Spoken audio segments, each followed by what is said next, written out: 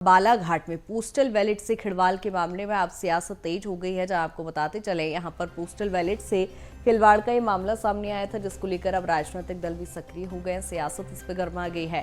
कांग्रेस ने कलेक्टर और एसडीएम की भूमिका पर सवालिया निशान खड़े किए हैं और ऐसे में निर्वाचन आयोग ने अब मामले को निराधार बताया है। वहीं जिला निर्वाचन अधिकारी बता रहे हैं कि शूटिंग की ये कार्रवाई है और ऐसे में कलेक्टर के अनुसार सभी राजनीतिक पक्षों को जानकारी दी गई थी। जनसंपर्क फैक्ट चेक के जरिए सूचना को फर्जी करार फिलहाल दिया गया है, लेकिन कांग्रेस हमलावर है। कांग्रेस ने कलेक्टर और एसडीएम के भूमिका पर सवाल खड़े किए हैं। आपको बता दें कि यहां पोस्टल बैलेट से खिलवाड़ का ये मामला था, जिस पर अब सियासत गर्मा गई है। विपक्षी पार्टी हमलावर है। हालांकि निर्वाचन आयोग के अधिकारियों द्वारा इसे निराधार बताया गया है। जहां आपको बता दें कि निर्वाचन आयोग ने मामले को पूरी तरह से निराधार बताया है। कलेक्टर द्वारा भी इस मामले को निराधार बताया गया है और ऐसे में अब सियासत और भी गर्मा गई है। जहां हमेशा से विपक्षी पार्टियों द्वारा ये आरोप लगाए जाते हैं पारदर्शिता को लेकर, और एक बार फिर सवालिया निशान खड़े हुए हैं और खासतौर पर कलेक्टर और एसडीएम की कार्यप्रणाली, उनकी भूमिका पर सवाल खड़े किए गए हैं। आपको बता दें कि बालाघाट में पोस्टल बैलेट से खिलवाड़ के मामले में सियासत गर्मा गई है। कांग्रेस ने कलेक्टर और एसडीएम की भूमिका पर सवाल उठाए हैं। निर्वाचन आयोग ने मामले को हालांकि निराधार बताया है और आपको बताते चले, अब कलेक्टर और एसडीएम की जब भूमिका पर सवाल उठे हैं तो ऐसे में अब सियासत और भी गर्मा गई है।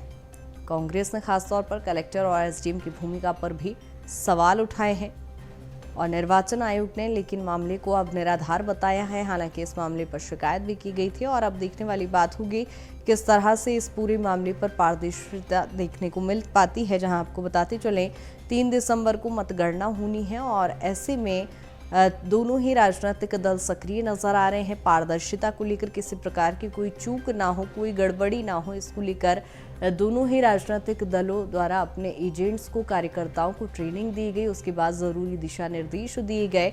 अन्य दलों के भी जो एजेंट्स हैं उन पर नज़र रखने की बात भी यहाँ पर कही गई और हर विधानसभा क्षेत्र में अपने एजेंट्स दोनों ही पार्टियों ने तैयार किए हैं।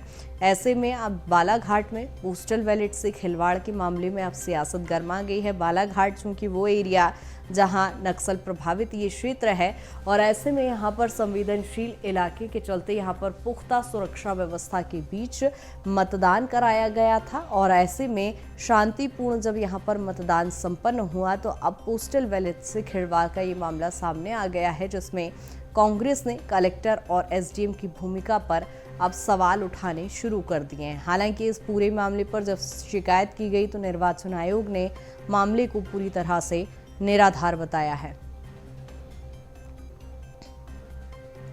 और इसी पर ज्यादा जानकारी के साथ सहयोगी प्रखर हमारे साथ जुड़ गए हैं। प्रखर, क्या कुछ जानकारी लगातार दिख रहे हैं बालाघाट में जिस तरह से पोस्टल बैलेट से खिलवाड़ का मामला सामने आया है, सियासत गर्मा गई है? जी बिल्कुल कृतिका, देखिए कल एक वीडियो सामने आया था। बालाघाट के एक जो स्ट्रांग रूम है उसका ये वीडियो बताया जा रहा था, जहां पर पोस्टल बैलेट के साथ खिलवाड़ की बात कही जा रही थी, जिसको लेकर कल देर शाम तक कांग्रेस ने भी निर्वाचन आयोग में शिकायत दर्ज कराई थी। हालांकि शिकायत के बाद पूरे मामले पर निर्वाचन आयोग ने संज्ञान लिया था। तमाम जो कलेक्टर बालाघाट थे, वहां का जो जिला निर्वाचन का अमला था, तमाम अमले को एक्टिव किया, वहां से पूरी जानकारी जुटाई। उसके बाद इस पूरे मामले को निराधार देर रात तक निर्वाचन आयोग ने बता दिया। इसमें अगर बात की जाए तो जो पोस्टल बैलेट की बात सामने आ रही थी, जो वीडियो में साफ तौर पर दिखाई भी दे रहे थे, उनको लेकर निर्वाचन आयोग की तरफ से जब स्पष्टीकरण आया तो उसमें कहा गया कि जो पोस्टल बैलेट थे उन्हें विधानसभा के हिसाब से स्क्रूटनी की जा रही है, सॉर्टिंग की जा रही है और उन्हें उसी रैक में रखा जाएगा ताकि 3 तारीख को मतगणना के दिन विधानसभा वार उन पोस्टल बैलेट्स की काउंटिंग की जा सके। जिसमें अगर बात की जाए तो साथ में यह भी कहा गया कि जो तमाम बीजेपी कांग्रेस के जो एजेंट्स थे, जो वहां का जो नेतृत्व था, जो निर्वाचन आयोग के साथ संपर्क में था, उन्हें पहले से ही इस बात की जानकारी दे दी गई थी। हालांकि जब ये वीडियो आया तो उसको पूरी तरीके से कहीं ना कहीं जो है वो राजनीतिकरण हुआ, जिसके बाद अगर बात की जाए तो तमाम तरीके से कांग्रेस की तरफ से भी बयानबाजी देखने को मिली। चाहे हम बात करें एसडीएम और कलेक्टर की भूमिका पर सवाल उठाना रहा हो, वहीं दूसरी तरफ कलेक्टर को हटाने तक की मांग जो है वो कांग्रेस ने कर दी, यानी मतगणना से जो बालाघाट कलेक्टर है उन्हें हटाने को लेकर निर्वाचन आयोग को ज्ञापन दिया था कांग्रेस ने। लेकिन वहीं अगर बात की जाए तो कहीं ना कहीं इस पूरे प्रकरण में जो जिला प्रशासन है, जिला निर्वाचन अधिकारी हैं, उनका जिस तरीके से जो पूरी तरीके से कल देर रात तक एक्टिविटी रही, कहीं ना कहीं कंफ्यूज पूरा जिला प्रशासन भी नजर आया। एक तरफ अगर बात की जाए तो शाम के समय जब ये शिकायत हुई उसके कुछ घंटों के अंदर एक वीडियो जारी किया गया सोशल मीडिया प्लेटफॉर्म एक्स पर कलेक्टर के बिल्कुल प्रखर, इस पूरे मामले को निर्वाचन आयोग ने निराधार बता दिया है। लेकिन लगातार हम जो शुरुआत से ही बात करते आए थे कि विपक्षी पार्टी अक्सर ही चुनाव के दौरान ऐसा करती है, पारदर्शिता को लेकर या तो ईवीएम पर सवाल खड़े कर दिए जाते हैं, पारदर्शिता पर सवाल खड़े कर दिए जाते हैं। अब जब जिला निर्वाचन आयोग ने निराधार इसको बता दिया है तो क्या अब इस पर आगे कार्रवाई होगी? जांच का ये विषय है।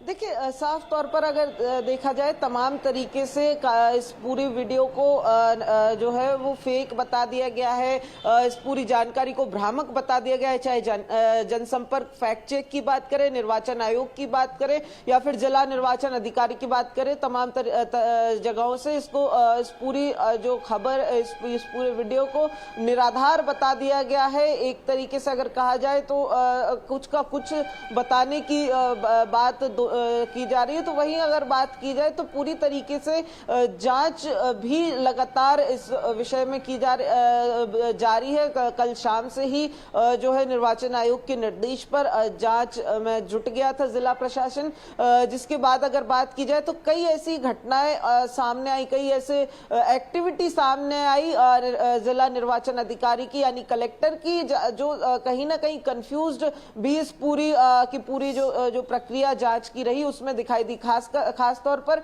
एक वीडियो जारी करना, बयान जारी करना जिसमें कहा गया कि जांच करने पर रिटर्निंग ऑफिसर को निरस्त कर दिया है, उससे सस्पेंड कर दिया है, वहीं कुछ देर बाद उसे डिलीट करना, उसके बाद फिर पूरी जांच करते हुए फैक्ट चेकर के माध्यम से, निर्वाचन आयोग के माध्यम से इस पूरे मामले को फेक बताना, वीडियो को अर्ध सत्य बताने की पूरी बात सामने आई। तो जांच हालांकि लगातार हुई, लेकिन जो जिला निर्वाचन अधिकारी हैं वो कहीं ना कहीं कंफ्यूज दिखाई दिए। हालांकि अब ऐसे में जो जांच शुरू हुई थी वो अभी भी लगातार वो कहीं ना कहीं जारी है। निर्वाचन आयोग की तरफ से, राज्य निर्वाचन आयोग की तरफ से इस पूरे मामले पर लगातार नजर रखी जा रही है। और ऐसे में कहीं ना कहीं अगर देखा जाए तो राजनीतिकरण के बाद कहीं ना कहीं अब निर्वाचन आयोग का एक जो जांच के बाद जिस तरीके की जो प्रतिक्रिया सामने आएगी वो कहीं ना कहीं इस मामले को मोड़ देने वाली जरूर यानी देखने वाली बात होगी किस तरह से इस पर पारदर्शिता निकलकर सामने आती। बने रहिएगा तमाम जानकारी के साथ।